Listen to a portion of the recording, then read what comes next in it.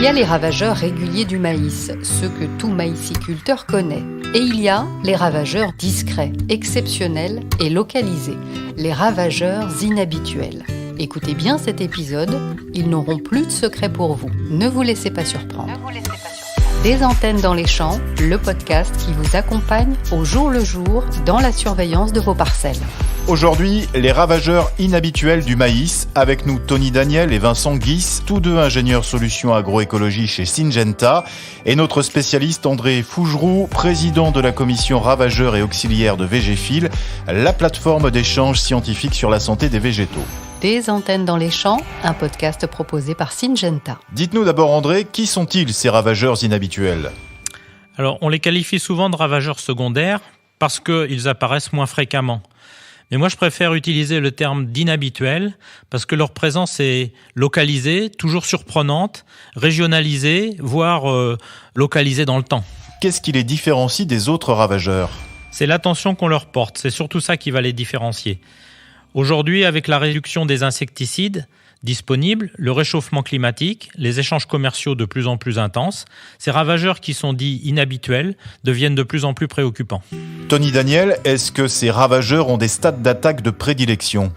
Alors oui, en fait, le niveau de risque pour le maïs dépend du stade de développement de la culture. Forcément, ce sont les premiers stades qui sont les plus sensibles.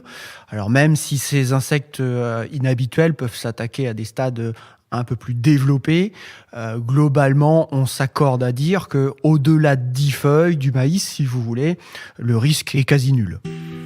Quel type de dégâts font ces ravageurs atypiques, Vincent Guis, et plus spécifiquement au niveau du sol ?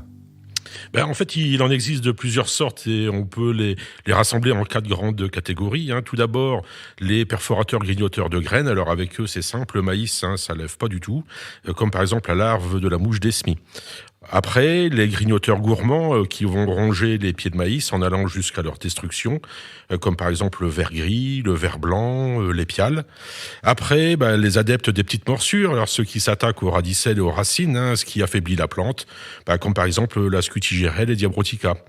Et pour terminer, ceux qui s'attaquent à la structure aérienne de la plante, provoquant talage, poireautage ou décoloration et flétrissement des premières feuilles, comme par exemple la géomise et l'ocynie.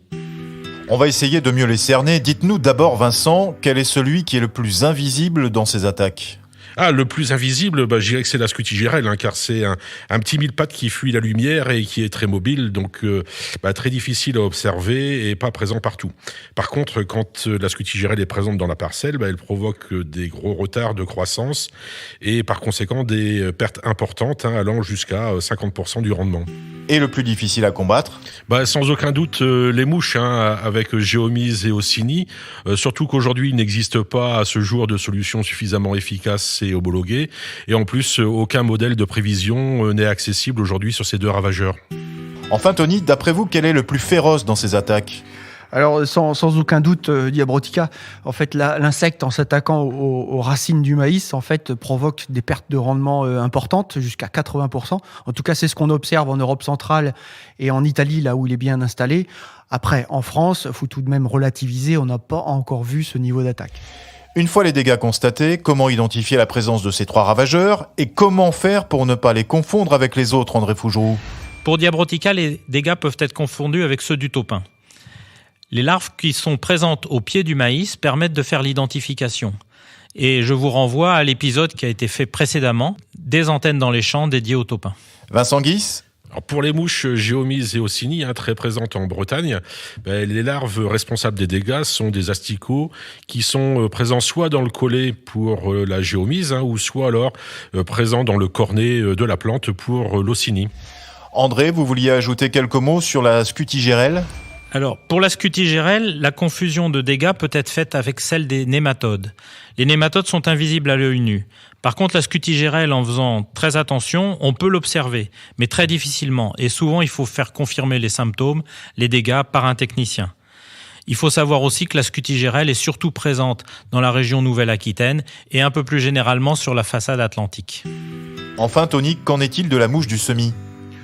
Alors pour la mouche du semis, qui sévit surtout sur la façade atlantique, Les symptômes peuvent parfois se confondre avec des fontes de semis si l'observation est trop tardive. Sinon, c'est bien la présence de la larve dans la graine ou proche de la graine, les perforations de la graine et les restes de graines qui permettent de faire la différence. Alors comment faire, Tony, pour limiter les dégâts une fois que leur présence est repérée dans la parcelle ? Alors, une fois l'infestation avérée dans une parcelle, les dégâts suivent sans vraiment aucun moyen de les éviter. C'est vraiment la prévention, les mesures prophylactiques qui comptent et l'historique de la parcelle. Par exemple, dans les champs qui sont régulièrement la cible des mouches et des scutigérelles, il faut capitaliser sur la rotation, le choix de la variété bien adaptée, des dates de semis également pas trop précoces, une bonne qualité de semis pour capitaliser sur une croissance rapide de la culture. Alors, les engrais starters peuvent être aussi des compléments à la prévention. En quelque sorte, il faut vraiment engager une course contre la montre entre le maïs et les insectes grignoteurs. Pour faire simple, il faut atteindre le stade 6-8 feuilles le plus rapidement possible pour mettre la culture à l'abri. Pour Diabrotica, c'est une approche un peu différente. Alors oui, Diabrotica est spécifique du maïs. Et donc on va avoir deux approches différentes. La première, ça va consister à couper les monocultures, à éviter de faire du maïs sur maïs sans arrêt, et donc introduire une culture de coupure. Et puis, on va compléter cette méthode-là avec l'utilisation de traitements insecticides localisés dans les raies de semis. C'est une approche d'ailleurs qui a été adoptée par l'ensemble des pays européens pour lutter contre ce ravageur introduit. Vous évoquez l'utilisation de traitements insecticides pour Diabrotica. Il en existe d'autres pour ces ravageurs du sol ? Oui, tout à fait. Certaines solutions insecticides utilisées en maïs dans la lutte contre le taupin, comme des protections de semences sous microgranulés à base de téflutrine ou encore des microgranulés à base de lambda cyanotrine, présentent un large spectre et ces solutions ont montré une efficacité sur plusieurs de ces ravageurs inhabituels. Mais pour plus de détails, on vous conseille de vous renseigner auprès de votre technicien.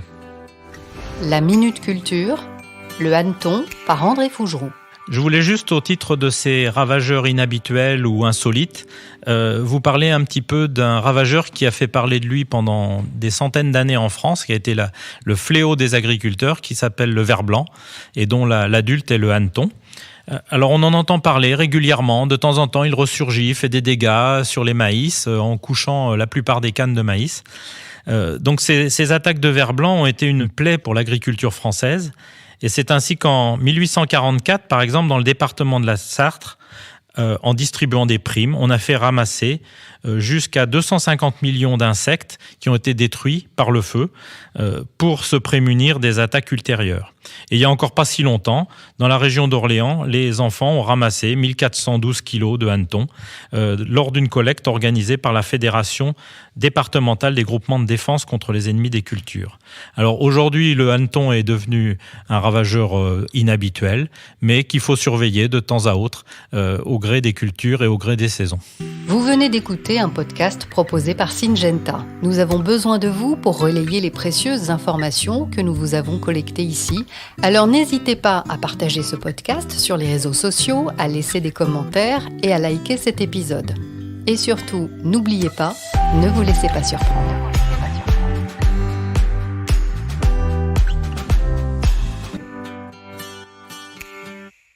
Syngenta France SAS, numéro d'agrément MP02249, distribution de produits phytopharmaceutiques à des utilisateurs professionnels.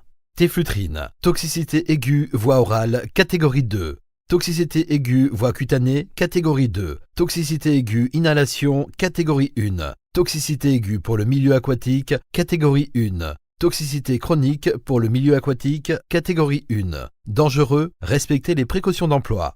Lambda cyanotrine. Toxicité aiguë, voie orale, catégorie 3. Toxicité aiguë, voie cutanée, catégorie 4. Toxicité aiguë, inhalation, catégorie 2. Toxicité aiguë pour le milieu aquatique, catégorie 1. Toxicité chronique pour le milieu aquatique, catégorie 1. Dangereux, respectez les précautions d'emploi.